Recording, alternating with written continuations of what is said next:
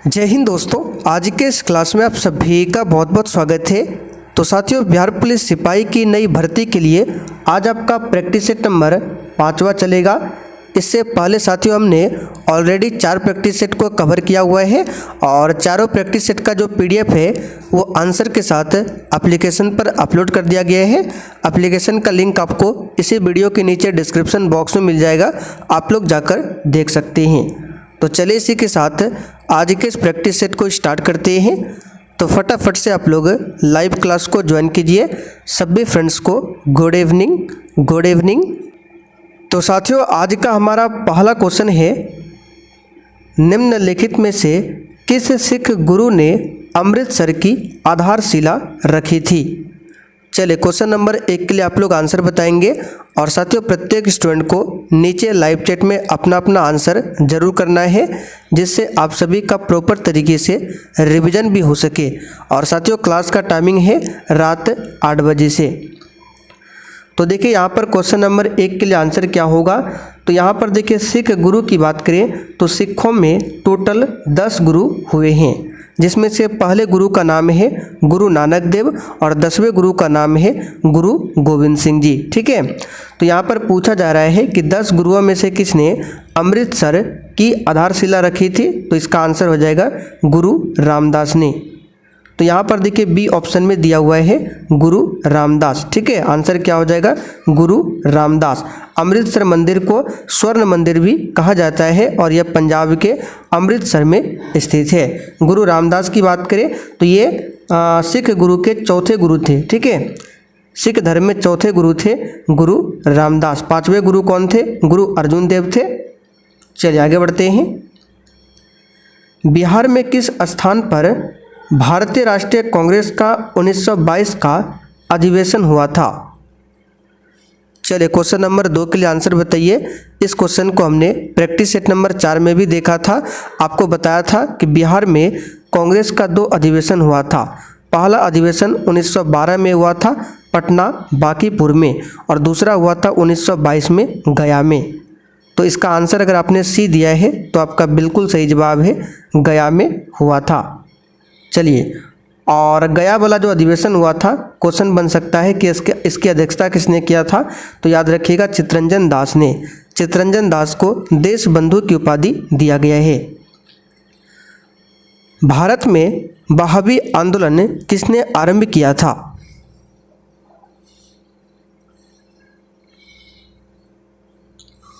तो साथियों वहाबी आंदोलन का संस्थापक जो है सैयद अहमद बरेलवी को माना जाता है। तो यहाँ पर देखिए ऑप्शन बी में दिया हुआ है सैयद अहमद बरेलवी। बी वाला ऑप्शन यहाँ पर सही है। आचार्य विनोबा भावे के भूदान आंदोलन के प्रारंभ में निम्नलिखित स्थानों में से कौन सा एक उनसे संबंधित था? चलिए क्वेश्चन नंबर 4 के लिए आप लोग आंसर बताएंगे। तो देखिए इस क्वेश्चन का आंसर क्या हो जाएगा। सबसे पहले यहाँ पर देखिए आचार्य विनोबा भावे की बात करें तो ये भूदान आंदोलन से संबंधित थे। किससे?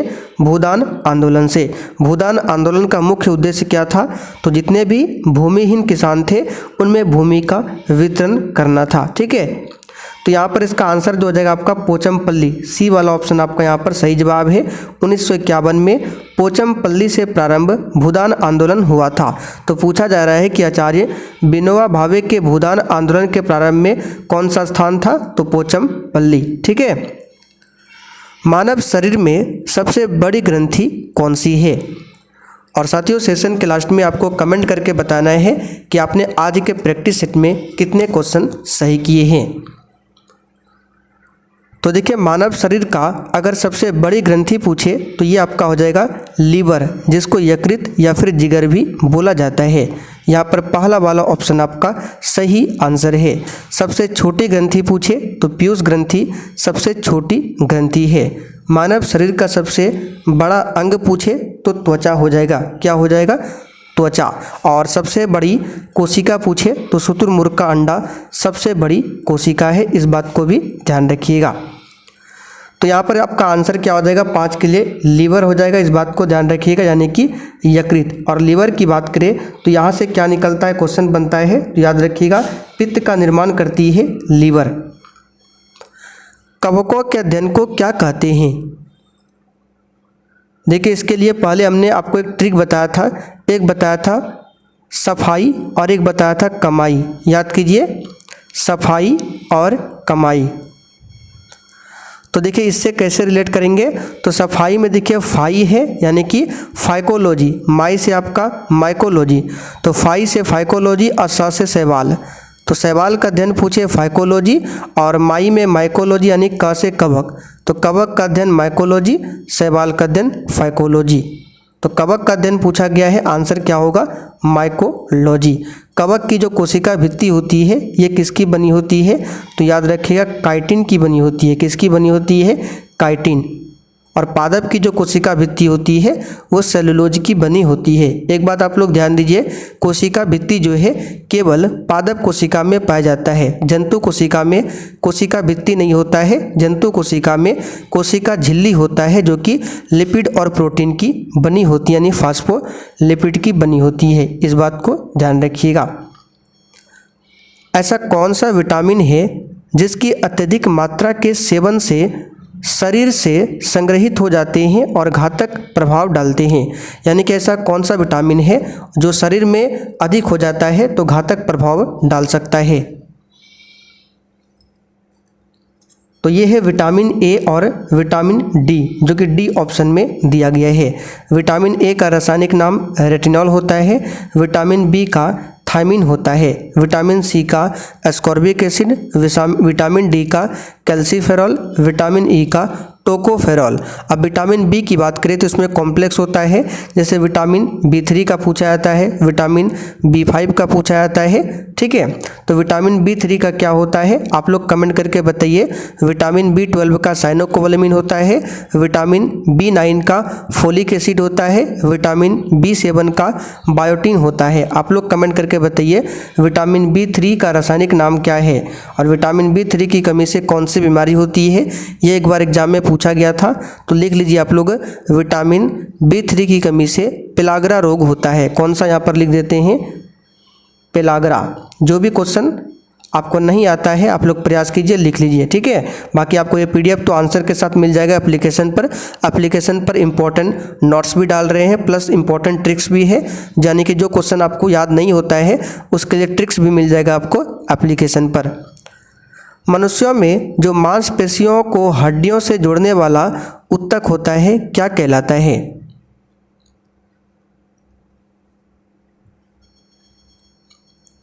तो देखिए जो कनेक्टिंग टिश्यू होता है ये क्या करता है, कभी मांसपेशी को हड्डी से जोड़ता है और कभी हड्डी को हड्डी से जोड़ता है। तो अगर आपसे पूछे कि मांसपेशी को हड्डी से कौन जोड़ता है, तब इसका आंसर आपका क्या हो जाएगा? कंडरा जोड़ता है। कौन जोड़ता है? कंडरा, ठीक है।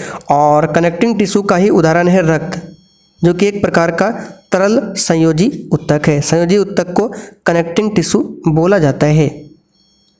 हमारे शरीर में ग्लूकोज का संचय किस रूप में होता है? अब साथियों यहाँ पे ग्लूकोज की बात करें तो ग्लूकोज का फॉर्मूला आप लोग लिख लीजिए, जिसको याद नहीं है, C6H12O6, ये ग्लूकोज का फॉर्मूला है। और शरीर में ग्लूकोज का संचय ग्लाइकोजन के रूप में होता है। किसमें? ग्लाइकोजन के रूप में। अब यहाँ पे इंसुलिन की बात करें तो इंसुलिन में कौन सा धातु पाया जाता है? तो याद रखिएगा इंसुलिन में पाया जाता है कौन सा? तो इसमें आपका पाया जाता है जिंक, यानी कि Zn धातु पाया जाता है इंसुलिन में, ठीक है। और इंसुलिन की कमी से कौन सी बीमारी होती है? तो मधुमेह, जिसको हम लोग आमतौर पर डायबिटीज कहते हैं। अगर आपके शरीर में इंसुलिन कम स्रावित होता है, इंसुलिन कहाँ से स्रावित होता है ये भी आपको पता होना चाहिए। तो अग्नाशय ग्रंथि से इंसुलिन निकलता है, और अगर इंसुलिन जिसके शरीर में कम स्रावित होता है उसको डायबिटीज हो जाता है, और अगर इंसुलिन अधिक निकलता है तो उससे हाइपोग्लाइसीमिया रोग हो जाता है। कौन सा? लिख देते हैं हाइपोग्लाइसीमिया। आप लोग भी लिखते चलिए हाइपोग्लाइसीमिया। ग्लाइसीमिया ये इंसुलिन के अधिक स्रावन से होता है, और कम स्रावन से क्या होता है? डायबिटीज। विश्व मधुमेह दिवस पूछे, यानी विश्व डायबिटीज दिवस 14 नवंबर के दिन मनाते हैं। इसी दिन बाल दिवस भी मनाया जाता है। जीवाश्म यानी कि फॉसिल्स इसको बोला जाता है, इसके अध्ययन को क्या कहते हैं? तो जीवाश्म के अध्ययन को जीवाश्म विज्ञान कहा जाता है। क्या कहा जाता है? जीवाश्म विज्ञान कहा जाता है। किसमें ट्रांजिस्टर के होने की अधिकांशतः संभावना होती है? तो इस क्वेश्चन का आंसर हो जाएगा श्रव्य उपकरण में। डेयरी में प्रयोग किए जाने वाले दूध से क्रीम को अलग करने की प्रक्रिया जो है क्या कहलाती है? तो यह प्रक्रिया अपकेंद्रीकरण कहलाता है। क्या कहलाता है? अपकेंद्रीकरण। वॉशिंग मशीन जो है इसी अपकेंद्रण के सिद्धांत पर कार्य करता है। डायनामाइट किसके द्वारा आविष्कार किया गया था? बिल्कुल 10th एनसीईआरटी पर आधारित क्वेश्चन है। चलिए बताइए, डायनामाइट का आविष्कार किसने किया था? तो याद रखिएगा, अल्फ्रेड नोबल ने। किसने किया था?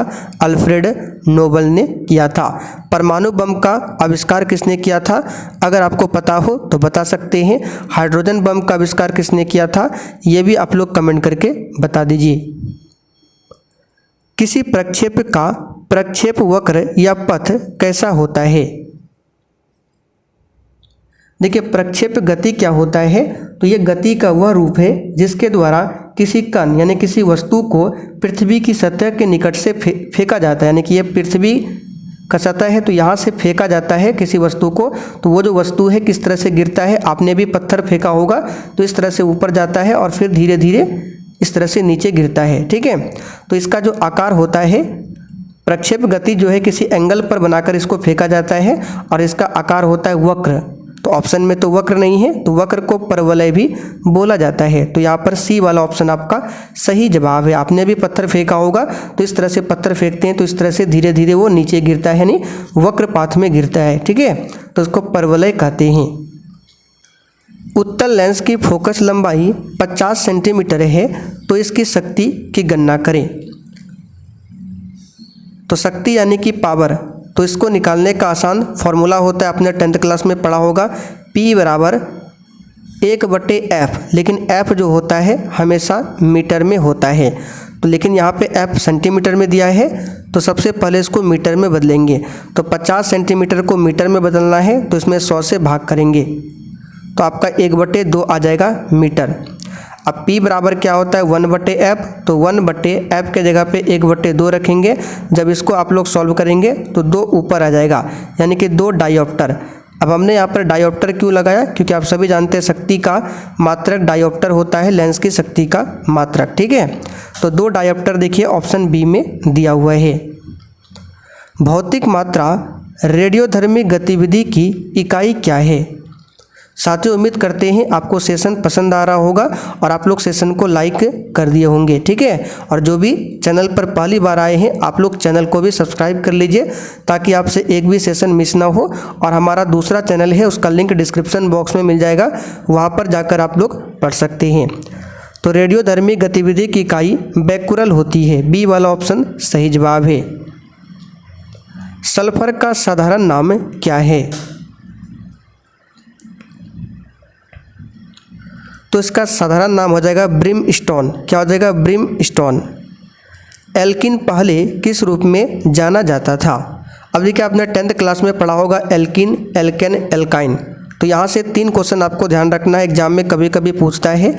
तो अगर आपसे पूछे कि बताइए एल्केन का फॉर्मूला क्या होता है, तो CnH2n+2 ये एल्केन का होता है। एल्किन का होता है CnH2n, ये एल्किन का हो गया, और एल्काइन का होता है CnH2n-2, ये एल्काइन का, ये एल्किन का, ये एल्केन का। ठीक है, आप लोग लिख लीजिए कॉपी में। तो यहाँ पर इसका आंसर हो जाएगा ओलेफिन्स। एल्किन को पहले ओलेफिन्स के रूप में जाना जाता था। निम्नलिखित तत्वों में से किसका सबसे कम गलनांक है? फिर से रिपीट कर देते हैं, चारों प्रैक्टिस सेट का पीडीएफ हमने आंसर के साथ ऑलरेडी एप्लीकेशन पर डाल दिया है। एक आपको प्रैक्टिस सेट डेमो के रूप में भी मिल जाएगा।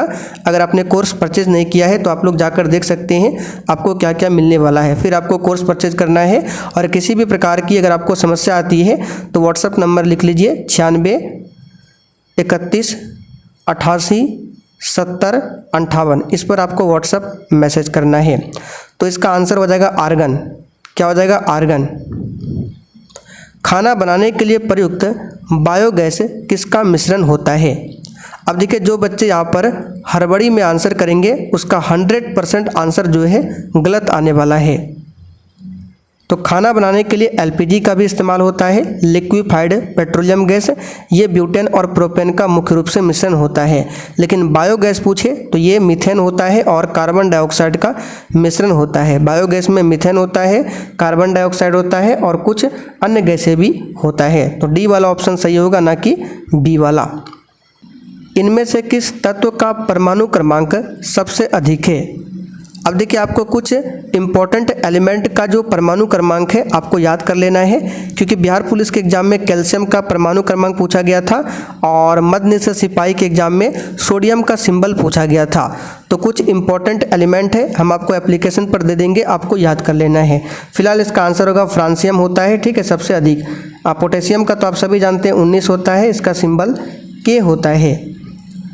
ताम्र पदार्थ हवा में खुले रहने पर किसके निर्माण के कारण हरा रंग का हो जाता है? तो ताम्र पदार्थ को हवा में खुला छोड़ देने पर यह नमी और कार्बन डाइऑक्साइड से क्रिया करके क्षारीय, ठीक है, हरा रंग का क्षारीय कार्बोनेट की परत बनाता है और इसका फॉर्मूला होता है CuCO × CuOH2। स्त्रीत्व शब्द में कौन सी संज्ञा है? आज हम लोग कुछ हिंदी के प्रश्नों को भी देखने वाले हैं। तो स्त्रीत्व शब्द में भाववाचक संज्ञा है। क्या है? भाववाचक संज्ञा है। उसका सारा जीवन मनुष्य सेवा में बीत गया, इस वाक्य में जो में है इसमें कौन सा कारक है? तो आपने कारक का 8 चिन्ह पढ़ा होगा, कर्तान्य कर्म को करण से, तो उसमें अधिकरण वाला जो होता है, अधिकरण में क्या होता है? में होता है, ठीक है। तो यहाँ पर ऑप्शन में तो अधिकरण नहीं दिया हुआ है, तो यहाँ पर इसका आंसर क्या होगा? संबंध का के की अधिकरण में पर, तो अधिकरण ऑप्शन में नहीं है, इसको छोड़ रहे हैं, इसका ऑप्शन गलत है, ठीक है। निम्नलिखित में, एक सेकंड, यहाँ पे क्या पूछा गया है? ठीक, चलिए।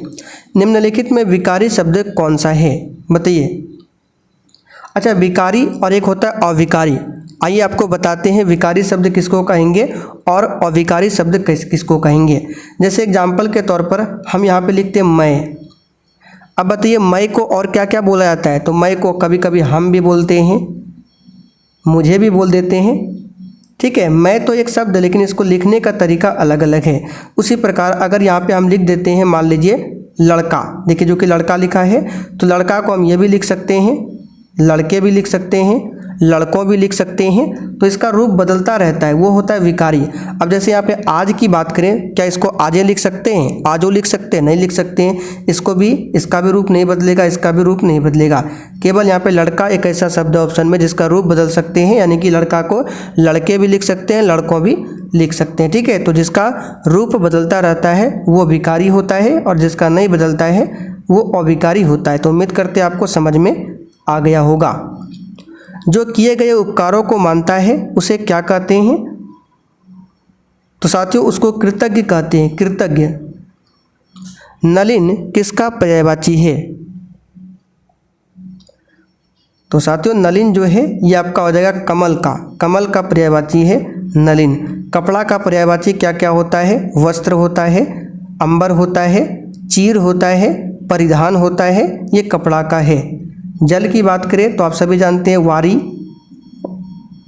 नीर भी होता है, अमृत भी होता है, क्षीर भी होता है, ये जल का पर्यायवाची है। स्वर्ग का देवलोक, परम धाम, सूरलोक, ब्रह्मधाम, दिव्यधाम स्वर्ग का पर्यायवाची है। रक्षाबंधन नाटक के रचयिता कौन है?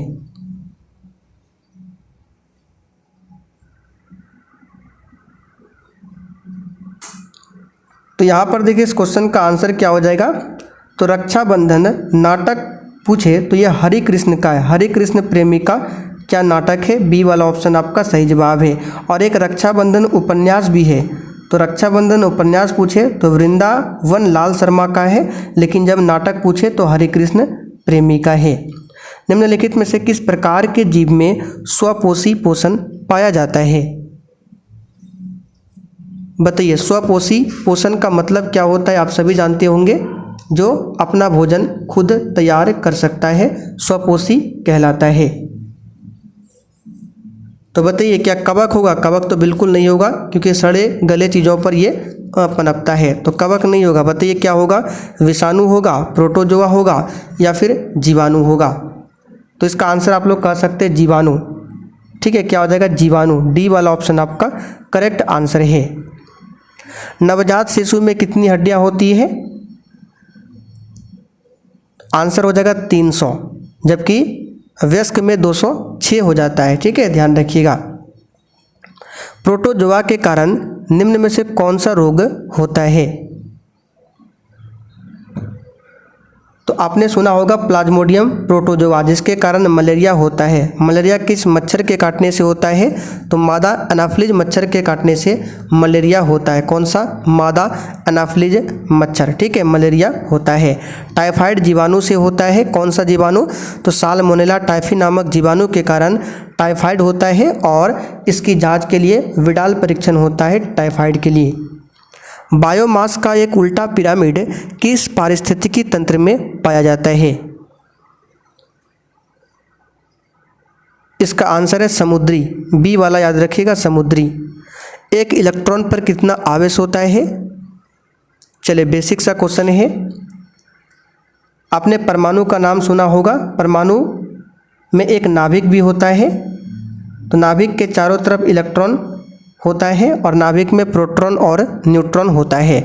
प्रोटॉन पर पॉजिटिव चार्ज होता है, न्यूट्रॉन उदासीन होता है, इलेक्ट्रॉन पर नेगेटिव चार्ज होता है। इलेक्ट्रॉन की खोज जे थॉमसन ने किया था, और इस पर जो आवेश होता है -1.6 इंटू 10⁻⁻19 कूलम। निम्नलिखित में से कौन सा रासायनिक परिवर्तन नहीं है?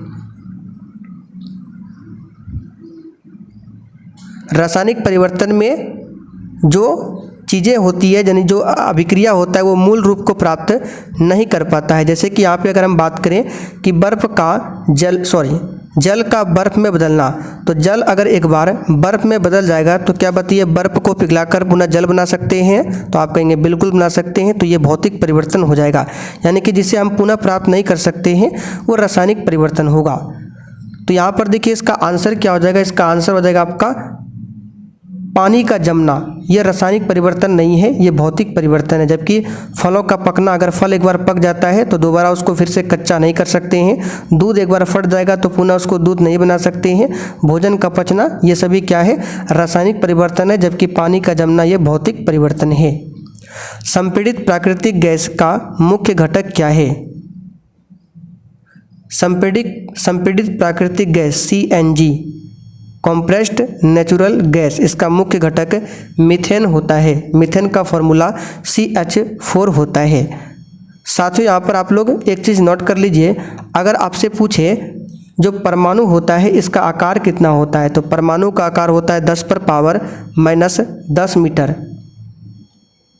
और इसका नाभिक का आकार कितना होता है? तो नाभिक का आकार होता है 10⁻⁻15 मीटर।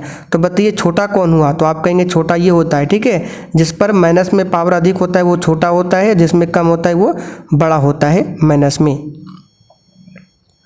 चलिए, जब एक वस्तु का अवतल दर्पण से अनंत दूरी पर है तो उससे बनने वाले प्रतिबिंब की स्थिति क्या होगी? देखिए, एक अवतल दर्पण है इस तरह से आपके सामने, और अनंत पर वस्तु है, तो उसका प्रतिबिंब बनेगा फोकस पर। कैसा बनेगा? फोकस पर बनेगा। तो इसका जो आंसर हो जाएगा कौन सा हो जाएगा? दर्पण के फोकस पर। बी वाला सही है, और बहुत ही छोटा बनेगा। सामान्य टीवी रिमोट कंट्रोल में उपयोग की जाने वाली तरंगें कौन सी होती है? जो सामान्य टीवी रिमोट होता है तो उसमें जो तरंगें उपयोग किया जाता है वो आपका होता है कौन सी तरंगें? अवरक्त किरणें। सांची का स्तूप किसने बनवाया था? ये तो नॉर्मल सा क्वेश्चन है। अशोक ने बनवाया था, किसने? अशोक ने। सांची का स्तूप कहाँ पर है? मध्य प्रदेश में है। किसने पाटलिपुत्र को पोलीब्रोथा कहा था? तो ये कहा था मेगास्थनीज ने। मेगास्थनीज जो है चंद्रगुप्त मौर्य के दरबार में आया था। इनकी एक पुस्तक है इंडिका और ये यूनान का राजदूत था। इसी ने पाटलिपुत्र को पोलीब्रोथा कहा था। किस वेद में जादुई माया और वशीकरण का वर्णन मिलता है? तो ये मिलता है अथर्ववेद में। किसमें मिलता है? अथर्ववेद में। सामवेद को संगीत का जनक बोला जाता है। ऋग्वेद सबसे पुराना वेद है, इसी में गायत्री मंत्र का उल्लेख मिलता है। तो साथियों आज के लिए इतना ही। इसका पीडीएफ भी बहुत ही जल्द आपको एप्लीकेशन पर मिल जाएगा। तो उम्मीद करते हैं सेशन आपको पसंद आया होगा।